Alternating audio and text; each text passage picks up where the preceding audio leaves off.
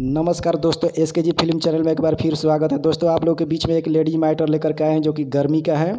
इस वक्त गर्मी का सीज़न चल रहा है दोस्तों। इसी गर्मी में गर्मी का एक मैटर लेकर के आए हुए हैं। तो आइए गा करके सुनाते हैं, जो कि भोजपुरी सिंगर स्लीपी राज के गाने पर एक गीत बनाया गया है। चित बदली खिया के माजा मरलस रे सौतीनिया। तो इसी गीत पे हम बनाए हैं। तो आइए गा करके सुनाते हैं।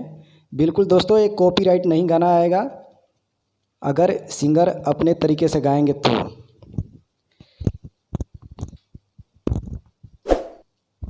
लागे गरमी बेसरमी भइल बा ये राजा, अपना मेहरी के काहे ला देता वो सजा हो पिया।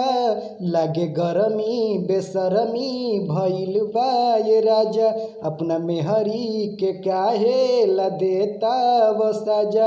अपने जाके घूमे ल बहारवा हो बहारवा, काहे घर में लगौलना, काहे घर में लगौलना कुलारवा हो कुलारवा, काहे घर में लगौलना कुलारवा हो कुलारवा।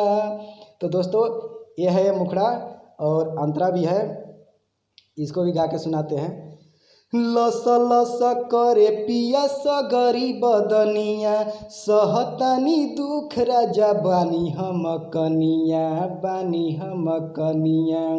ऐसे न धरिया कवरिया सांवरिया हो सांवरिया, साथे सूते न देहब पंजरवा हो पंजरवा, काहे घर में लगौलना कुलारवा हो कुलारवा, काहे घर में लगौलना कुलारवा हो कुलारवा। दोस्तों, ये था मेरा ये है लास्ट अंतरा।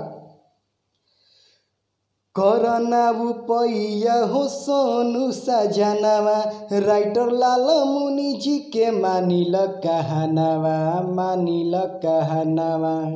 लेके रुपया पिया चली जा सहरिया बजरिया हो बजरिया, साथे सखरू के ले जा सहारवा हो सहारवा, काहे घर में लगौलना कुलारवा हो कुलारवा, काहे घर में लगौलना कुलारवा हो कुलारवा।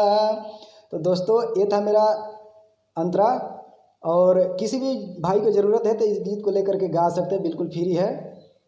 जय हिंद, जय भारत।